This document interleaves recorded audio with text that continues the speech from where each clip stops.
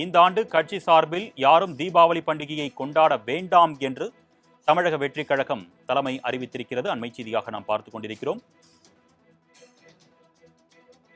கரூர் பிரச்சார கூட்டத்தில் 41 பேர் கூட்ட நெரிசலில் சிக்கி உயிரிழந்த நிலையில் தற்பொழுது கட்சியின் தலைமை சார்பில் இவ்வாறாக அறிவிப்பு வெளியிடப்பட்டிருக்கிறது. அந்த வகையில் கட்சி சார்பில் யாரும் தீபாவளி பண்டிகையை இந்த வருடம் கொண்டாட வேண்டாம் என்று தவிக அறிவித்திருக்கிறது. அண்மை செய்தியாக நாம் பார்த்துக் கொண்டிருக்கிறோம்.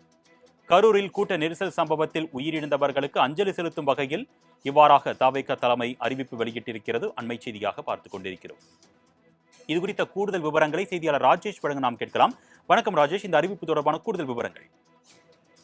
அருணேஷ் வணக்கம். கடந்த 27ஆம் தேதி தமிழக வெற்றி கழகத்தினுடைய அந்த பரப்புரை கூட்டத்தின் போது ஏற்பட்ட நெரிசல் காரணமாக 41 பேர் உயிரிழந்தார்கள். இது பெரும் சோகத்தை ஏற்படுத்தியிருந்தது. தமிழக வெற்றி கழகம் மட்டுமல்லாமல் தமிழகத்தையே மிகப்பெரிய ஒரு உலுக்கிய சம்பவமாக பார்க்கப்பட்டது. அனைவரும் அதற்கான ஒரு ஆழ்ந்த இரங்கலையும் வருத்தத்தையும் தெரிவித்திருந்தார்கள். குறிப்பாக தமிழக வெற்றி கழகத்தினுடைய செயல்பாடுகள் அன்றிலிருந்து எதுவுமே அவர்கள் கட்சி ரீதியாக அரசியல் ரீதியாக எதுவும் முன்னெடுக்காமல் பேட்டி உள்ளிட்டவைகளை தவிர்த்து வந்தனர். இந்த நிலையில்தான் வருகின்ற 20ஆம் தேதி நாடு முழுவதும் தீபாவளி பண்டிகை என்பது வெகு விமர்சையாக கொண்டாட மக்கள் தயாராக கொண்டிருக்கக்கூடிய சூழ்நிலையில் தமிழக வெற்றி கழகத்தின் சார்பாக ஒரு தலைமை கழக நிர்வாகிகளுக்கு அறிவுறுத்தப்பட்டிருப்பதாக ஒரு தகவல் வெளியாகி இருக்கிறது.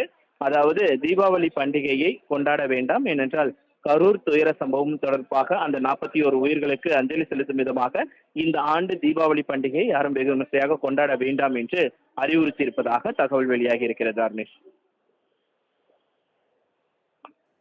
கூடுதல் விவரங்களுக்கு நன்றி ராஜேஷ்.